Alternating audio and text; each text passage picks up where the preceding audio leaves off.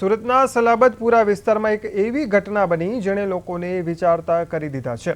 એક મહિલા ચોરે સાયકલ ચોરી કર્યા બાદ બીજા જ દિવસે તે જ જગ્યાએ સાયકલ પરત મૂકી દીધી। એટલું જ નહીં, સીસીટીવી કેમેરા સામે હાથ જોડીને પોતાની ભૂલ બદલ માફી પણ તેણે માંગી હતી।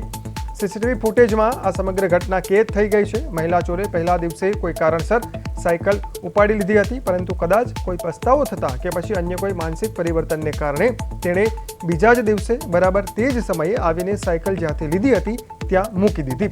સાયકલ મૂકતી વખતે તે સીસીટીવી સામે હાથ જોડીને માફી માંગતી પણ જોવા મળી રહી છે।